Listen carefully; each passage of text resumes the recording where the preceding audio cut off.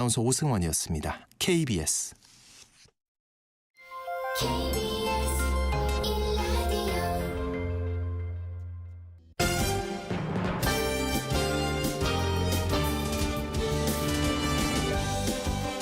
KBS 1라디오 신성원의 오늘 세계는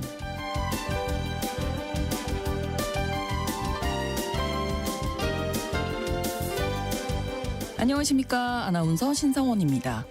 일본 제철이 미국의 철강 기업 US 스틸 인수에 성공했습니다. 하지만 트럼프 정부의 약속한 황금주 때문에 어차피 주인은 미국이라는 이야기가 나오고 있는데요. 황금주는 단 한 주만으로도 회사의 중요한 결정에 거부권을 행사할 수 있는 특별 주식이라서 미국 정부의 동의 없이는 회사의 이름도 바꿀 수 없다고 합니다. 일본이 이런 과도한 요구까지 감수하면서 인수를 밀어붙인 데는 일본 철강 시장이 위기라고 할 정도로 어려웠기 때문인데요. 이번 US 스틸 인수를 통해서 일본은 그나마 숨통을 트일 수 있게 됐는데 문제는 우리나라 철강업계 상황입니다. 관련된 내용 글로벌 경제에서 자세히 살펴보겠습니다.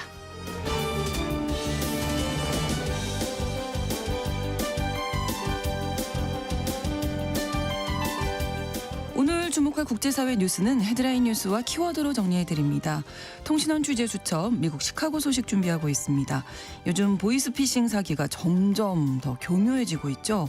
시카고에서는 대사관 직원을 사칭한 보이스피싱이 많이 발생한다고 합니다. 유학생 자녀가 위험에 처해 있다면서 돈을 요구하기도 한다는데요. 자세한 내용은 통신원 연결해서 알아보겠습니다. 6월 19일 목요일 KBS 1라디오 신성원의 오늘 세계는 시작합니다.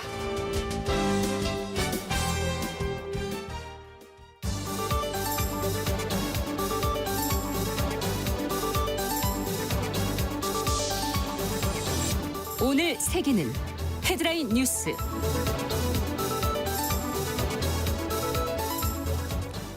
미국 중앙은행인 연방준비제도가 기준금리를 또다시 동결했습니다. 연준은 현지 시각으로 18일 이틀간 진행된 연방공개시장위원회 회의를 마무리하면서 기준금리를 기존 4.25에서 4.5%로 유지하기로 결정했습니다. 연준은 물가 상승률은 여전히 다소 높은 수준을 유지하고 있고 경제 전망에 대한 불확실성이 줄어들긴 했지만 여전히 높은 수준이라며 금리 동결 배경을 설명했습니다.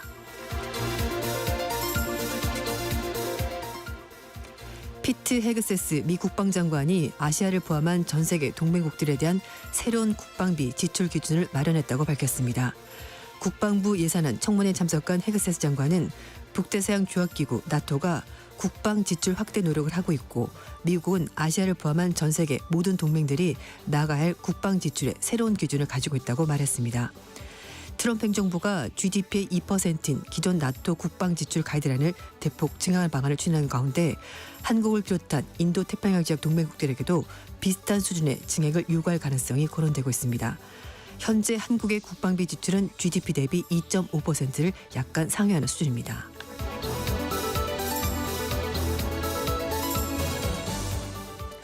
유엔이 지난해 전 세계 무력 분쟁으로 인한 민간인 사망자가 전년 대비 40% 증가했다고 밝혔습니다.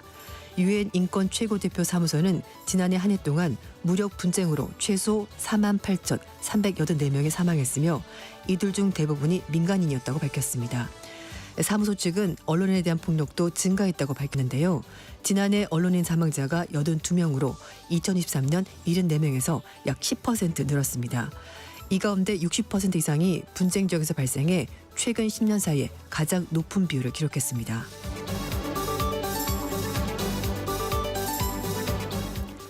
전 세계 최대 닭고기 수출국인 브라질이 한 달 가까이 이어진 고병원성 조류 인플루엔자 특별 방역 및 비상대책 기간을 현지 시각으로 18일 종료했습니다. 브라질 농림축산부는 방역 개시 이후 28일 동안 추가 발생 사례가 없어서 관련 조치를 끝낸다라고 밝혔는데요. 이에 따라서 그간 브라질산 가금육 등을 수입했었던 일부 나라가 해제할 것으로 보이는데 우리나라도 협의를 거친 후에 금수조처 해제 여부를 검토할 것으로 보입니다. 브라질산 닭고기는 한국산보다 가격이 저렴한 데다 보통 순살로 수입돼 그간 많은 외식업체들이 이용해왔습니다.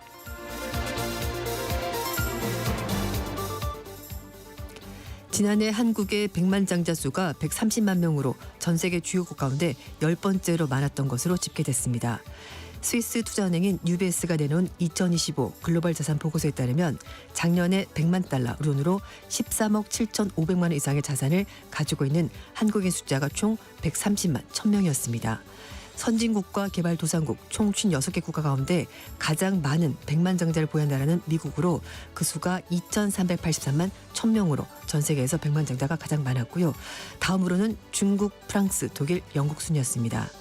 UBS는 2029년까지 미국의 성장 등에 힘입어 전 세계적으로 500만 명 이상의 새로운 100만 장자가 생길 것이라고 예상했습니다. 오늘의 헤드라인 뉴스 외신캐스터 조윤주 씨가 전해주셨습니다. 이번에는 키워드로 정리한 국제사회 소식을 함께 살펴보겠습니다. 첫 번째 키워드, 할 수도 안 할 수도 있다. 네, 이것만큼 애매한 대답이 없을 것 같습니다. 그렇죠. 근데 어쨌든 이것의 목적어는 두 가지인데요. 하나는 이란의 핵시설, 또 하나는 협상 이렇게 볼 수가 있습니다. 네. 그러니까 이란 핵시설을 타격할 수도 있고 안 할 수도 있다. 그리고 이란과 협상을 할 수도 있고 안 할 수도 있다. 뭐 모든 어쩌자는 가능성은 다 열려 있다. 네, 좋게 네. 해석을 하면 그렇고 네. 지금으로서 어쩌자는 건데 지금 그래서 굉장히 애매한 상황이 됐고요. 그래서 네. 미국의 뉴욕 증시도 이런 발표 때문에 굉장히 좀 혼란스러운 상황이었습니다. 트럼프 대통령이 18일 백악관에서 취재진과 만나는데요.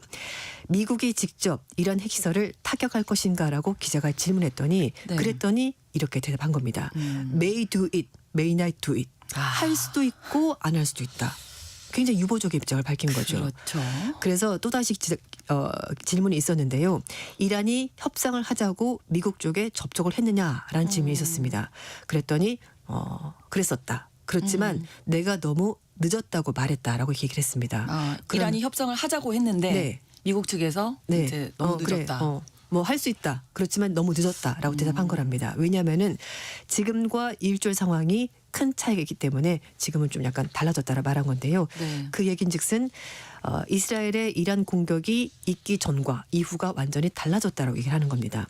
그 전까지는 어쨌든 미국이 이란과 5차례 협상을 했었거든요. 근데 이제 이게 추가로 안 되는 건데 트럼프 대통령은 미국과 협상에서 핵무기를 포기하는 제안을 받아들이지 않고 있는 이란 비판하면서 심지어 백악관으로 오겠다고 됐었다라고 얘기를 했고요. 그러면서 굉장히 용감한 일이지만 쉬운 일은 아닐 거라고 덧붙였습니다. 트럼프 대통령 그러나 이제 말씀하신 것처럼 긍정적으로 어떤 것도 너무 늦은 일은 없다라고 말해서 일단 네. 협상 가능성은 완전히 배제하지 않았습니다. 그리고 베냐민 네타뉴 이스라엘 총리와도 매일 통화를 하고 있고 그래서 네타뉴 총리에게 이란에 대한 공격을 계속하라 이렇게 말했다고도 전했습니다.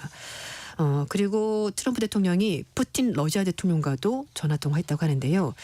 이스라엘과 이란 충돌에 대해서 중재를 했으면 좋겠다고 제안했고 그래서 러시아 문제부터 먼저 중재하자라고 얘기를 했다고 전했습니다. 그렇군요.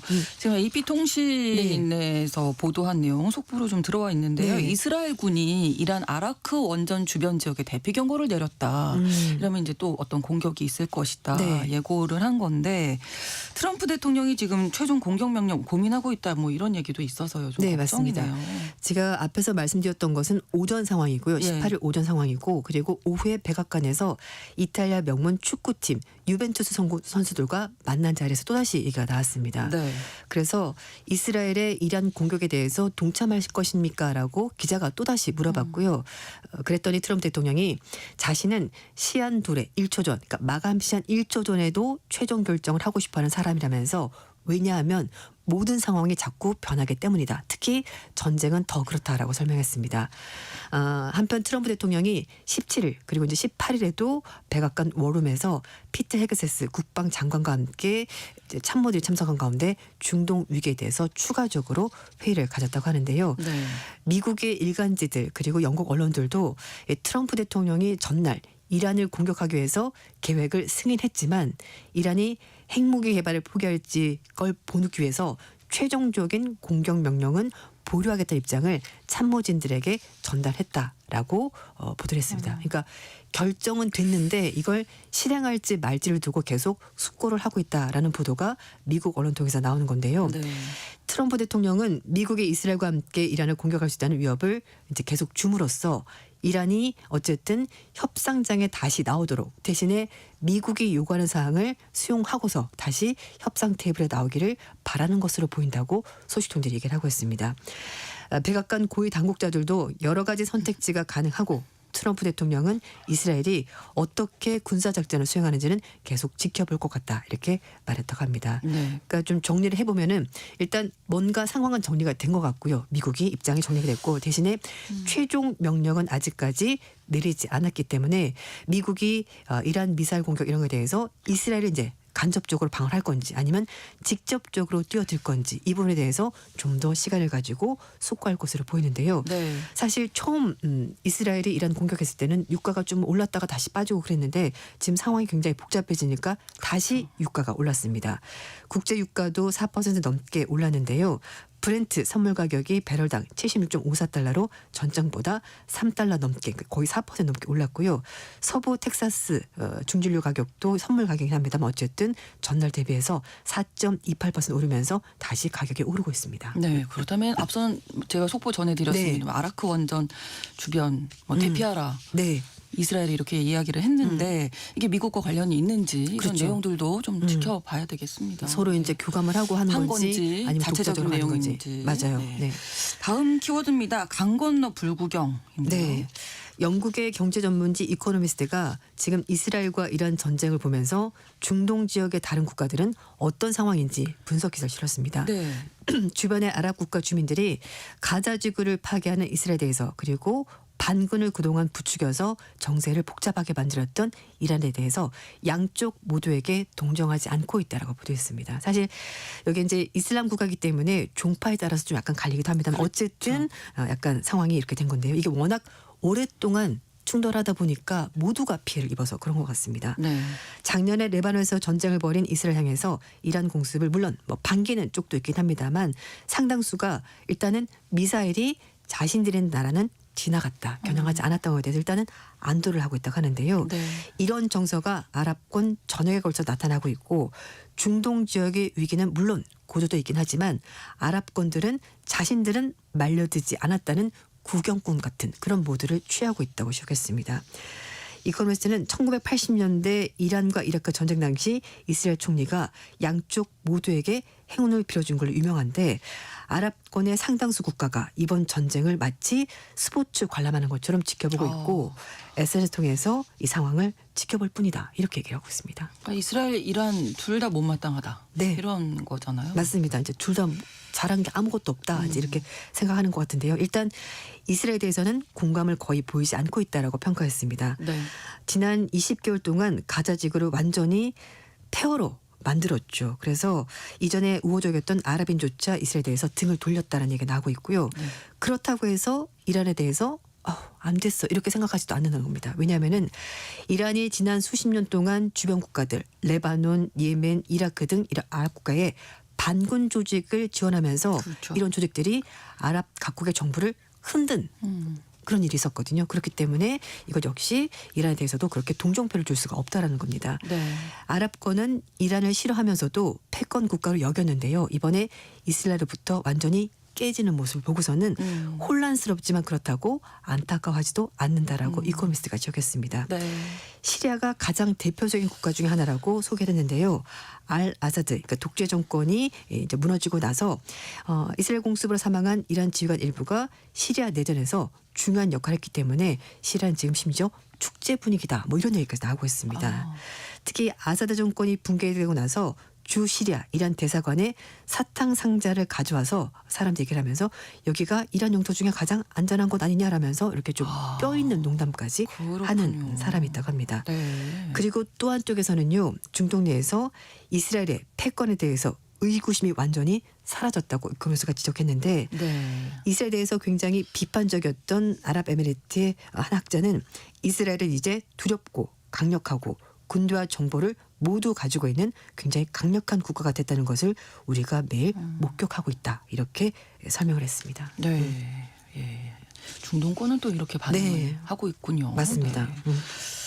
다음 키워드 일단 보고 결정하겠습니다.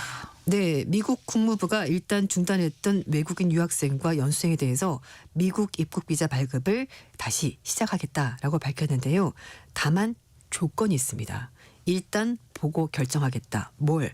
SNS를.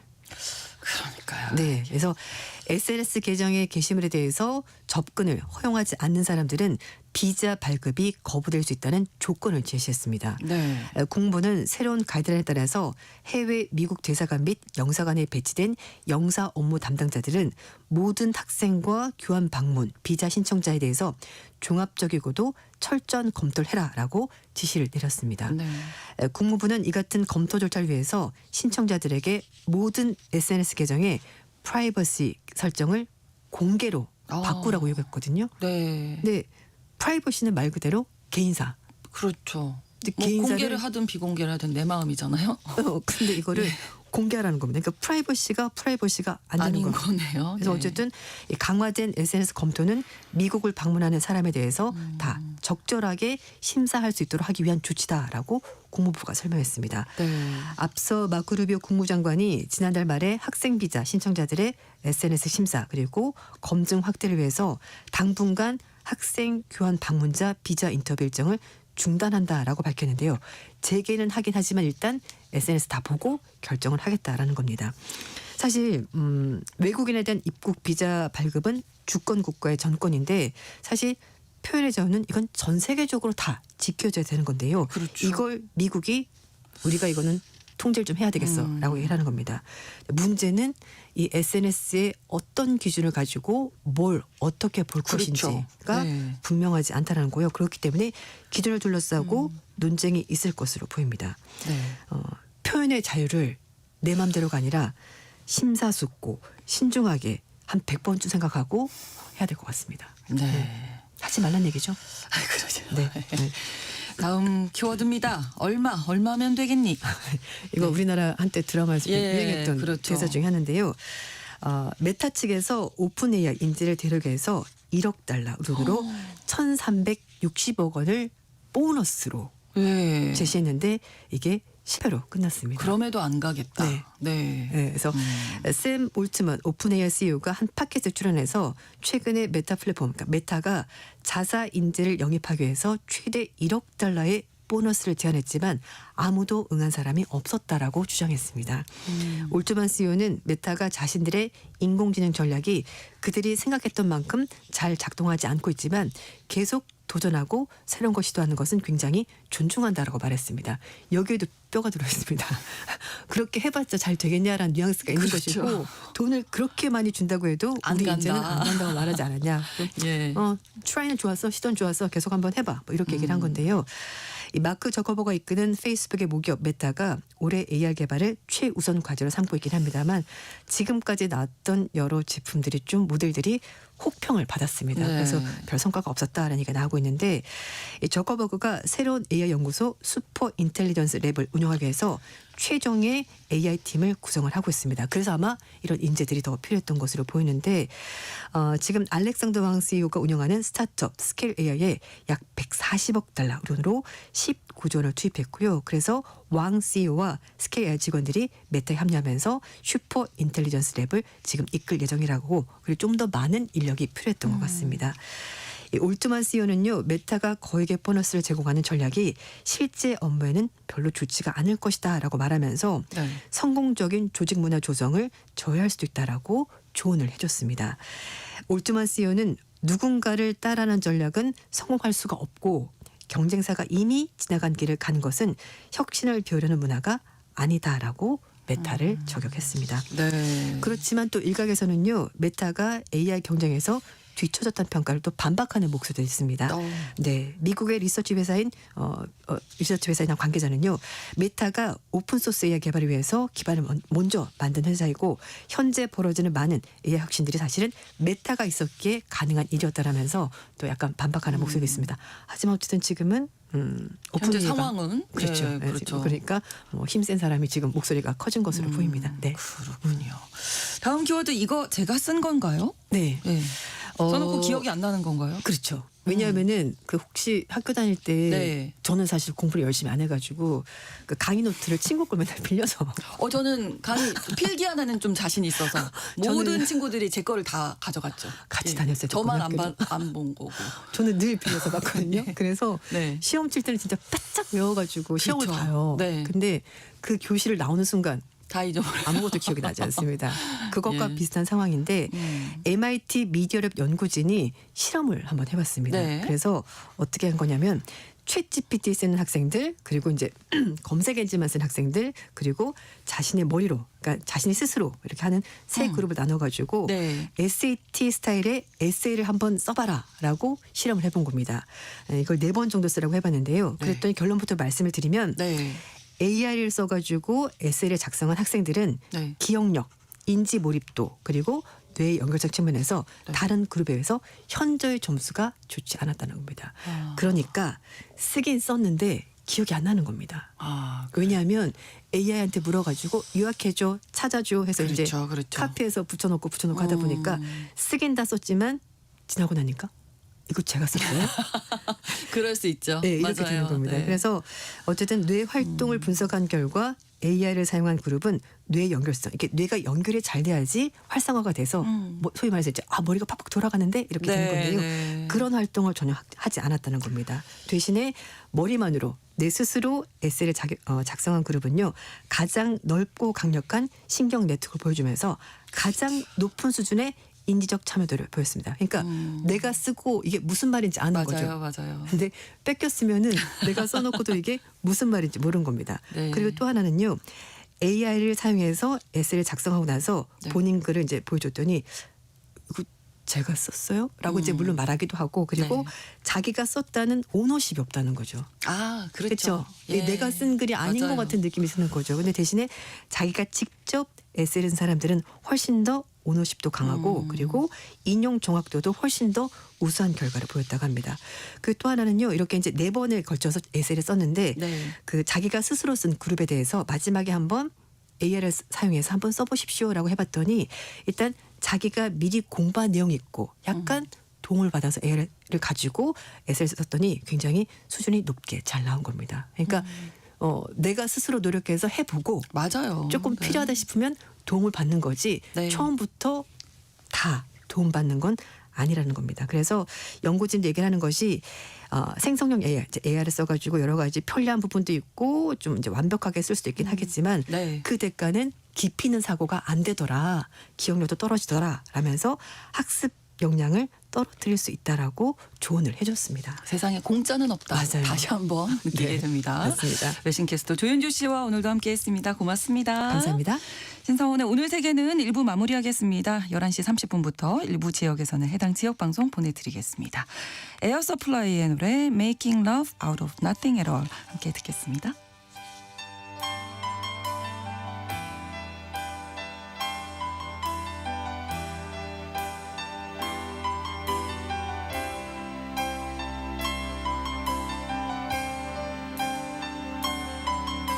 I know just how to whisper, and I know just how to cry. I know just where to find the answers, and I know just how to lie. I know just how to fake it, and I know just how to scheme. I know just when to face the truth, and then I know just when to dream. And I know just where to touch you, and I know just what to prove. I know when to pull you closer, and I know when to let you loose. And I know the night is fading, and I know the time's gonna fly. And I'm never gonna tell you everything I gotta tell you, but I know I gotta give it a try. And I know the roads to riches, and I know the ways to fame.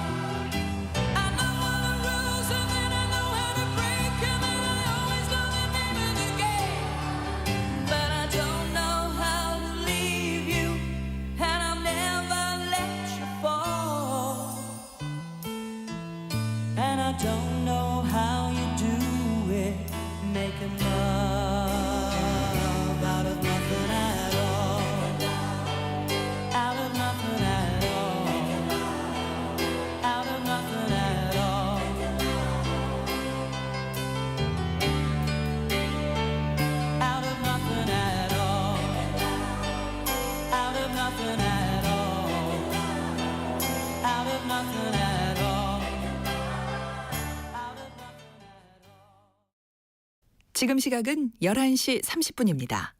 KBS Ladies and gentlemen. 국제사회의 다양한 뉴스를 한눈에 KBS 1라디오 신성원의 오늘 세계는 세계를 바로 보는 최소한의 투자입니다.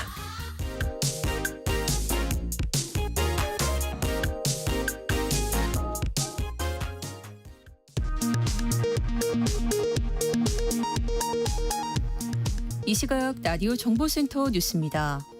윤석열 전 대통령의 12.3 비상계엄 관련 내란 사건을 맡은 조은석 특별검사가 임명 엿새 만에 수사를 개시하며 김용현 전 국방부 장관을 추가 혐의로 재판에 넘겼습니다. 또 김 전 장관에 대해 추가 구속영장 발부를 요청하기로 했습니다. 순직 해병 수사 외압 의혹을 수사하는 이명현 특별검사가 어젯밤 8명의 특검보 후보자 추천을 마쳤습니다. 김건희 여사 관련 의혹을 수사할 김건희 특검팀은 오늘 중 검사 파견을 요청할 예정입니다. 대통령 경호처를 동원해 체포영장 집행을 방해한 혐의를 받는 윤석열 전 대통령이 오늘 출석하라는 경찰의 3차 출석 요구에도 응하지 않고 있습니다. 앞서 윤 전 대통령 측은 그제 조사 필요성이 없다는 취지의 의견서를 제출했습니다. 이재명 대통령이 캐나다에서 열린 주요 7개국 G7 정상회의 일정을 마치고 오늘 새벽 서울공항을 통해 귀국했습니다.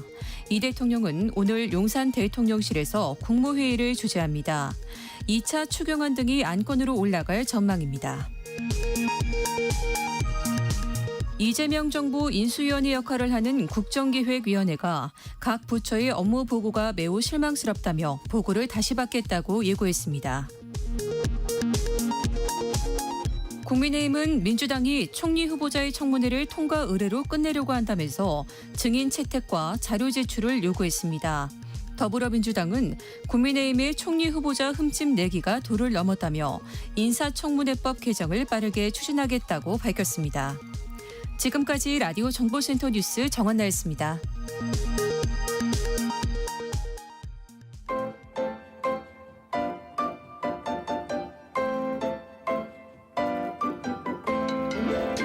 통신원 취재 수첩.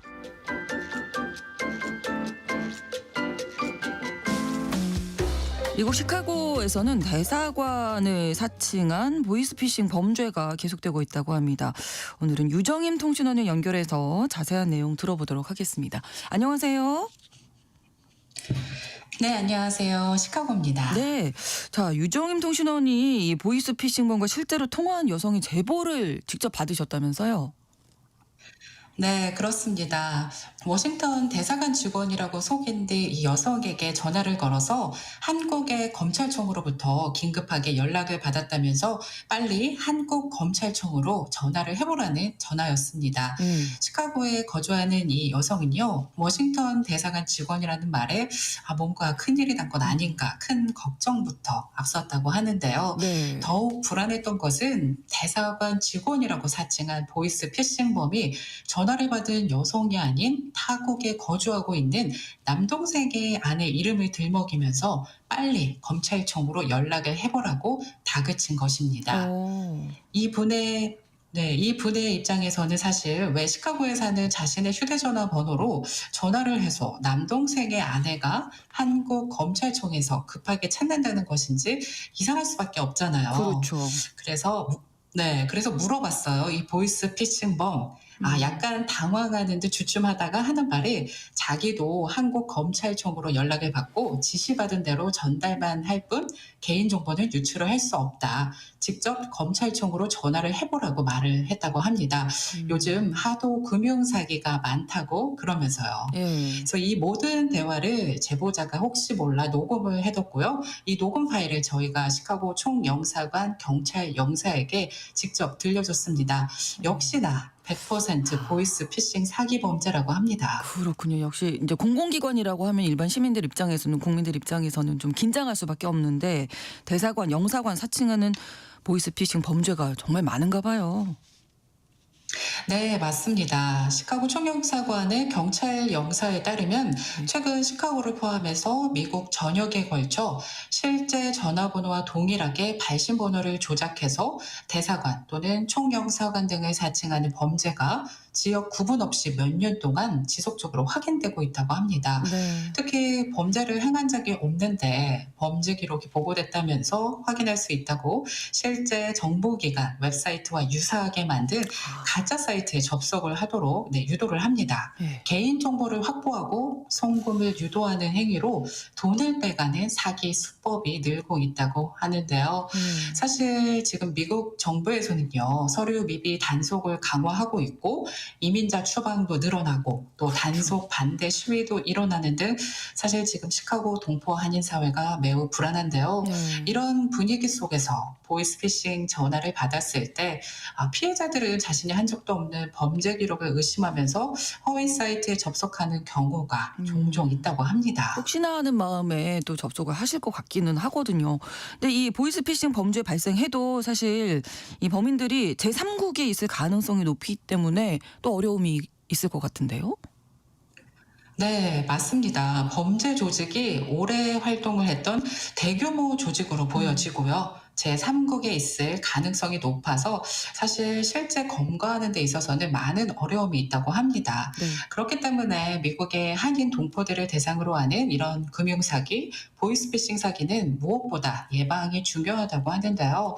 미국의 공공기관 등에서는 전화 또는 온라인으로 직접 개인정보 등을 확인하거나 요구하지 않고 특히 영사관, 대사관에서는 이렇게 동포들에게 일일이 전화를 해서 그런 정보를 절대 알리지 않는다라고 각별한 주의가 필요하다고 조언을 하는데요. 네. 이런 전화를 받으면 무조건 응대하지 말고 전화를 바로 끊고 또 관할 경찰서나 연방통신위원회 신고를 꼭 하라고 당부했습니다.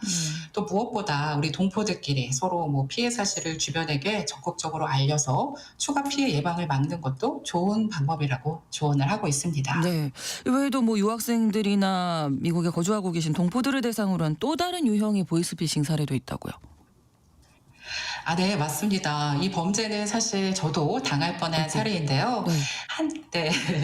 한국에 가족들이 거주하고 멀리 떨어져 지내고 있는 유학생들이나 저 같은 해외 거주의 동포들을 타깃으로 한 범죄입니다. 한국 가족들에게 보이스피싱 범들이 전화를 건 뒤 미국에 거주하고 있는 자녀를 납치, 감금했다고 속이고 자녀인 것처럼 다급한 목소리를 들려줍니다. 네. 빨리 통장으로 돈을 입금하지 않으면 큰일 난다. 속이고 부모들에게 생각할 시간을 주지 않고 돈을 빼가는 수법이에요. 보이스피싱 범죄가 사실 날로 교묘해지고 있잖아요. 그래서 마치 자신의 딸이나 아들인 것처럼 AI 목소리를 들려주는 것인데요. 네. 사실 저희 부모님도 보이스피싱범이 사고를 당했다고 하면서 제 목소리를 들려줬다고 합니다. 그래요. 근데 다행히 저희 부모님이 바로 저한테 전화를 하셔서 확인 전화를 하셔가지고 사기라는 것을 알게 된 경험이 있습니다. 정말 다행이네요. 네. 네, 맞아요. 하지만 때로는 해외 거주 자녀들이 전화를 받지 못하는 장소에 있거나 상황에 놓일 때가 있는 경우에는요, 부모들의 입장에서는 연락이 더욱 안 되니까 법부터 먹고 돈을 입금하는 경우가 종종 있다고 합니다. 또 게다가 요즘 소셜미디어 많이 하고 있잖아요. 네. 범죄 조직들이 이 공개된 소셜미디어 내용을 보고 여행을 간다든지 또 한국 출국을 계획하는 경우가 있는데요. 비행기를 탔거나 사실 여행 중이라면 부모가 전화를 해도 받을 수 없는 상황이라 당황하고 맞아요. 믿을 수밖에 없는 상황이 될 수 있잖아요. 그렇기 때문에 이런 경우를 표적으로 삼고 사기를 벌이는 일도 있어서 각별한 주의가 필요하다고 영사관은 조언하고 있습니다. 이런 내용들 많이 좀 공유를 하셔야 될 것 같습니다.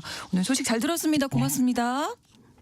네, 고맙습니다. 네, 미국 시카고에서 유정임 통신원이었습니다.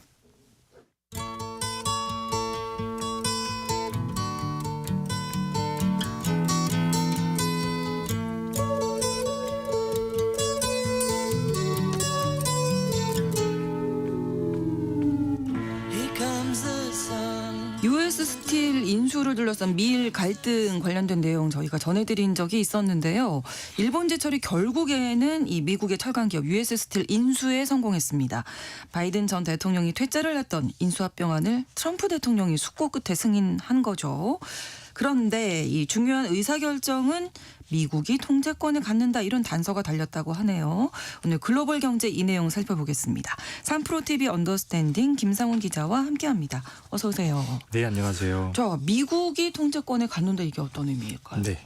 우선 복습 차원에서 간략한 배경 네. 설명이 조금 필요한데요. 지난해 12월이었죠. 일본제철이라고 하는 일본 1등 철강 회사가 미국 3등 철강 회사인 US 스틸을 149억 달러, 우리나라 돈으로 치면 한 20조 원 정도의 인수를 한다라고 발표를 합니다. 네. 일본 제철이 조강 생산량 기준으로는 세계 4위 정도가 되는 회사이고 US 스틸은 뭐 20위권인 회사라서 일본 제철이 US 스틸을 인수하면 세계 3등 철강 회사로 올라서게 되는데요. 네. 글로벌 차원에서 보면 철강 시장의 큰 재편이 이뤄지게 되는 건데, 근데 미국인들 입장은 조금 달랐습니다. US 스틸은 사실 미국의 상징과도 같은 기업이거든요. 그렇죠. 네. 1901년에 철강왕이라고 불렸던 앤드류 카네기가 만든 세계 1등 철강 회사였고, 철강이 산업의 쌀로 불린다라고 하는 걸 감안을 하면 전후에 미국의 부를 일군 건 사실 US 스틸 때문이었다라고 해도 과언이 아닐 정도인데, 네. 심지어는 피츠버그 스틸러스라고는 미국 슈퍼볼 최다 우승 미식 축구팀이 있어요. 네. 미국인들 굉장히 슈퍼볼 좋아하잖아요. 좋아하죠. 미식 축구 좋아하죠. 네. 근데 그 연고지 피츠버그가 바로 US 스틸 본사가 있는 도시입니다. 실제로 팀 이름에도 스틸이 들어요. 스틸러스. 맞습니다. 그래서 헬멧에 또 US 스틸 로고가 박혀 있기도 해요. 그렇군요. 그래서 전미 철강 노조에서 들고 일어났던 겁니다. 그래서 바이든 대통령 같은 경우에도 여론을 감안해서 인수합병에 퇴짜를 놨던 건데, 물론 명분은 필요했습니다. 그래서 내세운 게 철강 산업은 안보와 직결이 된다. 그래서 이걸 외국 기업에 맡길 수 없다. 뭐 이런 이유였습니다. 네. 그렇게 바이든 대통령이 국방생산법이라고 하는 법에 근거를 해서 일본 제철의 US 스틸 인수를 금지하는 행정명령을 내렸던 겁니다. 네, 그러니까 US 스틸이 그냥 한 기업이 아니라 미국인들에게는 정말 큰 의미가 있는 맞습니다. 회사였는데 이제 일본으로 넘어가게 됐다 이런 건데. 그렇죠. 사실 민간 기업이 인수합병하는 건 자본주의 사회에서는 이렇게 뭐 정부가 막고 그럴 수는 없는 거 아니에요? 맞습니다. 사실 그래서 일본에서도 난리가 났던 겁니다. 네. 우리를 믿지 못하는 것이냐. 우리가 그렇죠. 엄청 우방인데. 네. 그래서 원래 일본 사람들이 잘 흥분하지도 않고 그렇죠. 특히나 미국에는 거칠게 대응하지 않는 걸로 많이 알려져 있잖아요. 그렇죠. 그런데 미국의 결정 이후에 일본 제철의 회장이 이례적으로 바이든 대통령의 이름을 직접 거론하면서 비난을 합니다. 그리고 US 스틸과 함께 미국 정부를 상대로 소송장을 내기도 하고요. 네. 행정명령을 취소해달라 뭐 그런 맥락이었죠. 네. 이런 상황에서 정권이 트럼프 대통령으로 바뀐 바뀌었어요. 겁니다. 네. 트럼프 대통령도 사실 선거 기간에는 바이든 전 대통령과 마찬가지로 일본 제철의 US 스틸 인수를 반대를 하기는 했습니다. 네. 다만 일본 제철 같은 경우에는 트럼프 대통령의 성향을 고려하면 당근책을 주면 충분히 바뀔 수 있지 않을까라고 네. 판단을 했고요. 충분히 변경이 가능하다. 그렇죠. 그래서 네. 실제로 트럼프 대통령과 가까운 인물을 회사 고문으로 초빙을 하고, 그다음에 경영진이 하버드 러튼이 미국 상무장관을 계속 찾아가기도 하고, 사실 뭐 두드리면 열리기 마련이잖아요. 공을 많이 들였는데요. 그렇죠. 네. 그렇게 4월 7일 트럼프 대통령이 미국의 외국인 투자위원회라고 하는 곳에 US 스틸 인수 계획을 재심사하라라고 지시를 합니다. 네. 일종의 가능성이 열렸다라고 볼 수 있습니다. 예, 그럼에도 이제 미국이 계속 반대를 했으면 이게 안 그렇죠. 되는 일이었던 거잖아요. 맞습니다. 네. 하지만 일본 제철 같은 경우에는 이 인수합병을 무조건 성공시켜야만 하는 그런 상황에 처해 있던 거는 맞아요. 네. 미국이 철강과 알루미늄에 25% 관세를 부과했고, 그렇죠. 최근에는 이걸 50%까지 올렸죠. 가뜩이나 전 세계적으로 철강 공급 과잉이 굉장히 심한데 주요 시장인 미국을 잃을 수는 없고, 그래서 트럼프 대통령에게 110억 달러, 그러니까 우리나라 돈으로 15조 원 규모의 시설 투자 계획 카드를 들이밉니다. 트럼프 대통령 손에 투자 유치로 자랑할 수 있을 만한 그런 당근을 던져주는 그렇죠. 겁니다. 예. 그리고 마지막 히든 카드가 나오는데 이른바 황금주라고 하는 겁니다. 한 주만 가지고 있어도 주요 의사 결정에 거부권을 행사할 수 있는 주식을 황금주라고 부르는 건데, 네. 일본 제철이 미국 정부의 이 황금주 한 주, 그러니까 US 스틸의 통제권을 주기로 합의를 한 겁니다. 미국 측이 요구를 했는지 아니면 일본 제철이 먼저 제안을 했는지는 알려지지 않았습니다만 그렇게 해서 지난주 트럼프 대통령은 바이든 대통령의 인수 중단 명령을 수정하는 행정명령에 서명을 했고 네. 그리고 일본 제철과 국가안보협정을 체결하는 것으로 막을 내리게 됩니다. 그래서 US 스틸이 일본 제철의 완전 자회사가 됐지만 네. 트럼프 대통령은 요거를 계획적인 파트너십이라는 표현으로 예. 표현을 하기도 했습니다. 황금주가 없었다면 불가능하지 않았을까 이런 맞습니다. 예, 생각이 좀 드는데 그럼 미국 정부가 어떤 것들을 통제하게 될까요? 황금주의 권한은 굉장히 막강한데요. 예. US 스틸의 본사 이전, 사명 변경, 그다음에 오. 미국 외 지역으로 생산 또는 일자리를 이전하거나 공장을 폐쇄하는 것, 그다음에 해외 법인 전환 이런 결정들은 와. 미국 정부의 동의 없이는 절대 할 수가 없습니다. 일본 기업이 된 게 아닌 것 같은 느낌이. 그렇죠. 이게 끝이 네. 아니고요. 네. 경영 판단을 내리는 이사회를 구성할 때도 예. 미국 시민이 과반수여야 하고요. 그다음에 독립적인 이사의 경우에는 미국의 해외투자심의위원회의 승인을 받도록 하는 약속까지 포함이 돼 있습니다. 사실 민간 기업의 정부가 이렇게까지 할 수 있다는 게 굉장히 놀랍잖아요. 주로 그렇죠. 중국에서 이런 방법을 많이 쓴다고는 하는데 그래서 많은 이들이 이번 케이스에 주목하는 것도 이것 때문입니다. 반도체처럼 미국이 국가안보에 중요하다고 판단하는 산업에 외국인 투자자가 투자를 한다. 네. 그러면 US 스틸과 똑같은 요구를 받을 수 또 있다는 황금주 거죠. 얘기하겠죠 그러면. 맞습니다. 세상이 정말 많이 바뀐 것 같은 게 사실 지구상에서 가장 시장 친화적인 나라라고 하면 미국인데 미국이죠. 네. 미국 정부까지 이렇게까지 한다는 거니까요. US 스틸 인수가 그럼 일본에게 어떤 의미가 있는 건가요? 사실 지난해 미국의 철강 수입량이 2,600만 톤 정도가 돼요. 네. 미국은 중국, 인도 다음으로 철강 소비가 많은 나라인데 네. 근데 미국이 일본에 수출하는 물량은 고작 100만 톤 정도에 불과합니다. 우리나라가 255만 톤이니까 뭐 비교해도 절반이 채 안 되는 건데 사실 그럼요. 조강 생산량으로 치면 일본이 미국보다 더 많이 생산을 하거든요. 네. 그럼에도 불구하고 100만 톤 정도밖에 수출을 못 한다는 거죠.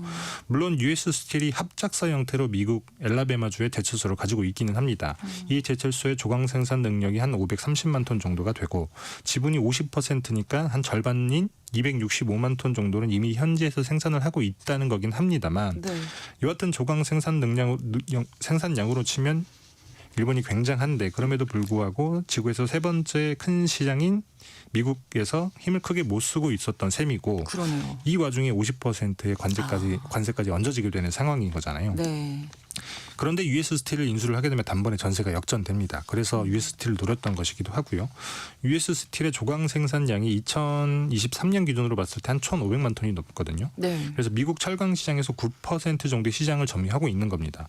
물론 원래 미국 회사였고 미국에서 만들어서 미국에서 파는 거니까 일본 본토에서 만들어서 수출하는 것보다는 부가가치는 조금 적긴 하겠습니다만 네. 그럼에도 불구하고 트럼프 대통령이 세워놓은 관세 장벽을 뚫고 그렇죠. 단숨에 미국 시장 9%를 손에 쥐게 되는 셈입니다. 네, 일본과 우리나라가 좀 이제 철강 분야에서 경쟁을 하는데 맞습니다. 이렇게 되면 우리나라로서는 좀 악재라고 할 수 있겠네요. 맞습니다. 네. 사실 우리나라 철강 기업 중에 현재 미국에 제철소를 둔 곳은 없어요.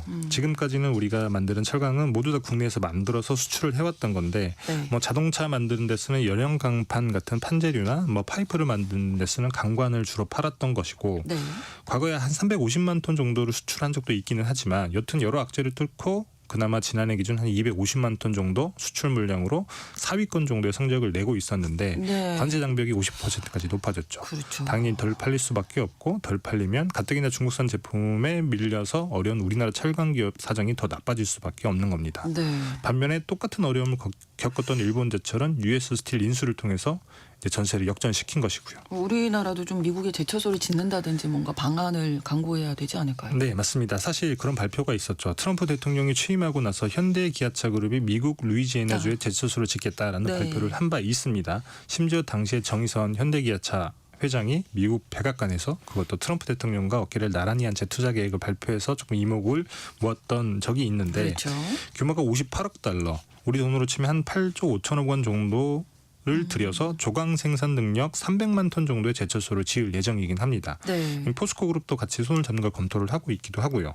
문제는 내년에 착공해서 빨라야 2030년에 완공이 된다는 겁니다. 시간이 걸리겠네요. 그렇죠. 그 전까지는 무려 5년이라는 기간에 관세 50% 장벽에 막혀 있을 수밖에 없고요. 네. 그 기간에 250만 톤이라고 하는 지금까지 지켜왔던 이 미국 시장 점유율을 뺏길 수 쓸 수 있는 상황이 됩니다. 네. 그럼 우리나라 철강 기업은 어떻게 뭐 방법이 없을까요? 참 안타까운데 뾰족한 수가 없기는 해요. 그래요. 사실 현대기아차그룹이 미국에 제철소를 지으려고 했던 이유는 철강 제품을 수출한다기보다는 현대기아차 미국 공장 때문이거든요. 네, 현대기아차가 다 합해서 대략 한 연산 100만 대 정도의 공장을 미국에서 운영을 하고 있죠. 자동차에 쓸 열연 강판 같은 것들을 굳이 다른 철강 기업 걸 사다 쓸 이유가 없는 게 그렇죠. 밑에 현대제철이라고 하는 계열사가 있기 때문인 거죠. 근데 미국이 관세 장벽을 세웠으니 현지에서 직접 만들어야죠. 만들어서 현대차 공장에 직접 넣으려고 했던 건데 문제는 수입하면은 다 관세 붙는 거니까. 맞습니다. 네. 5년 뒤에 완공이 되는 것이고 그렇다고 예전처럼 한국에서 만든 철강을 수입해서 쓰기도 어려운 것이 네. 관세가 50%면 가격이 그러니까요. 1.5배가 된다는 거잖아요. 네. 그럼 US 스틸이 현지에서 만든 철강과는 가격 싸움이 사실 쉽지 않습니다. 비싸더라도 현대차 미국 공장이 현대제철 철강을 사다 쓰면 되는 거 아니냐라고도 할 수 있겠지만 그러면 자동차 가격이 올라가요. 그러면 또 이게 그러면 정작 주력인 자동차에서 미국 시장을 내지게 되는 결과를 가져올 수 있기 때문에 선택이 쉽지 않은 겁니다. 네. 자, 그러면 미국이 아니라 좀 네. 다른 시장을 공략해 보자. 이런 쪽으로 방향을 틀면 어떨까요? 이것도 쉽지 않은 게 사실 항상 나오는 뭐 나라이긴 합니다만 중국? 중국이 값싼 철강을 밀어내기 수출을 하고 있어요. 그래서 쉽지 않은 건데 우리나라 철강 기업도 우리나라 기업이 쓰는 것보다 많은 철강을 생산을 합니다. 네. 사실 철강은 서두에 말씀드린 것처럼 안보랑 직결이 돼 있는 산업이기 때문에 대부분의 철강 생산국들이 과잉 생산 체제를 갖춥니다. 네. 근데 그것도 뭐 정도가 있는 거지. 사실 중국은 거의 끝판왕 정도 된다고 할 수가 있는데 네. 많이 쓰기도 합니다만 진짜 엄청나게 많이 만들어요. 조강 생산 능력으로 치면 무려 10억 톤쯤 되는데요. 2등인 인도가 1.4억 톤이고 3위인 일본이 8,700만 톤, 그다음에 4위인 미국이 이거는 8,100만 톤이니까 비교가 안 되네요. 맞습니다. 거의 뭐 네. 압도적인 과잉 생산 체제를 갖추고 있다라고 해도 과언이 아닌데 네. 그렇다 보니까 이 과잉 생산 체제로 만들어진 철강들을 해외에 굉장히 싼 값에 수출을 하는 거죠. 그래서 뭐 해외 시장에서 뭐 중국 기업이랑 경쟁을 말할 것도 없이 심지어 최근에는 우리나라 안팎마저 내주고 있는 상황이거든요. 네. 최근에 사실 우리나라 조선 기업들이 매우 잘 나가잖아요. 주가도 많이 높고 그렇죠. 뭐 매출도 뭐 수주도 많이 하고 그러면 사실 철강 기업들도 돈을 잘 벌어야 합니다. 왜냐하면 그 배를 만들 때는 후판이라고 하는 게 들어가거든요. 그렇죠. 근데 오히려 최근에 현대제철이나 포스코 같은 곳들은 공장 문을 닫고 있어요. 국내 공장 문을. 왜 그럴까요? 배를 만들 때 후판이라고 말씀을 드렸는데 네. 이게 또 워낙에 중국이 싼 값에 아. 밀어내서 수출을 하다 보니까 우리나라 조선 업체들도 다 중국산 후판을 사서 쓰더라는 겁니다. 그래서 우리나라 정부가 너무 싸게 파는 거는 반칙이다. 그래서 반덤핑 관세를 하는 걸 부과하기도 했거든요. 네, 예. 그리고 이게 또 중요한 게 지금 전 세계에서 철강 기업이 가장 돈을 잘 벌 수 있는 시장. 그게 바로 미국입니다. 다른 곳들은 다 중국 때문에 돈 벌기가 쉽지 않은데 그 시장이 우리에겐 그림의 떡일 수밖에 없다는 겁니다. 그 이유도 이제 관세 때문이겠네요. 미국에서. 맞습니다. 관세 때문이기도 하고 일단은 수입 철강 제품의 관세를 50%나 물리기 때문에 미국 철강 기업은 관세 장벽 때문에 사실 이문을 남기고 많이 팔 수 있는 거죠. 왜냐하면 싸게 안 팔아도 되니까. 뭐 당연한 일인 건데 더욱이 전 세계 철강 시장에서 물을 흐리고 있는 중국산은 미국 시장에 발도 붙일 수가 없습니다. 미국 정부가 우회 수출로 다 틀어막고 있기도 하고요. 여기에 미국의 산업용 전기요금은 거의 중국 수준으로 싸요. 그렇죠. 그래서 네. 비싸게 팔고 돈이 덜 들어간다는 거죠. 제철소는 사실 석탄으로 태워서 만드는 고로, 그다음에 전기로 철 스크랩을 녹이는 전기로 이렇게 두 가지 타입이 있는데요. 네. 전기가 싸서 미국 제철소는 대부분 전기로를 씁니다. 쓰겠죠? 그래서 탄소도 적게 나오고 그래서 현대제철이 제철소를 짓겠다고 하는 루이지애나 같은 경우에는 네. 전 세계에서 전기 요금이 가장 싼 지역이기도 해요. 그래서 아주 쉽게 예를 들어보면 조강 생산 능력으로 현대제철과 엎치락뒤치락하는 뉴코어라고 하는 미국 철강 기업이 있는데 네. 미국 1등 철강 기업이거든요. 근데 지난해 매출액이 307억 달러, 42조 원 정도 되고 영업이익은 20억 달러, 한 2.7조 원 정도가 됩니다. 네. 현대제철은 매출액은 17.6달러, 영업이익은 고작 2천억 원 정도밖에 안 돼요. 그러니까 철강을 만들어내는 양은 똑같은데 네. 매출은 미국 기업이 2배가 넘고 수익성은 10배나 된다는 얘기인 겁니다. 그래서 일본 제철도 우리나라 철강 기업처럼 똑같은 어려움을 겪었었지만 US 스틸 인수를 통해서 미국 시장에서 덩치를 키울 수 있었고 뉴코어 같은 회사와 같은 이점을 누릴 수 있게 된 겁니다. 그러네요. 그래서 우리나라 철강 기업은 사실 5년 뒤까지 손만 빨고 있어야 하는데 이래저래 우리나라 철강 산업이 조금 외통수에 걸린 거 아니냐 뭐 이런 평가들이 많이 나오고 있습니다. 그러니까 황금주라는 그 불이처럼 보이는 옵션이 있지만 그럼에도 감수하고서라도 불구하고 일본이 이렇게 US 스틸을 인수하게 된 거군요. 우리나라 좀 어떤 지혜를 모아야 할 텐데 뭐 쉽지는 않아 보이네요. 쉽지 지금 않아 상황이. 보입니다. 네, 알겠습니다. 글로벌 경제 3프로 TV 언더스탠딩 김상원 기자와 오늘도 함께했습니다. 고맙습니다. 네, 감사합니다. 모던 잉글리시의 I melt with you 전해드리면서 신성원의 오늘 세계는 마치겠습니다. 내일 다시 뵙겠습니다. 고맙습니다.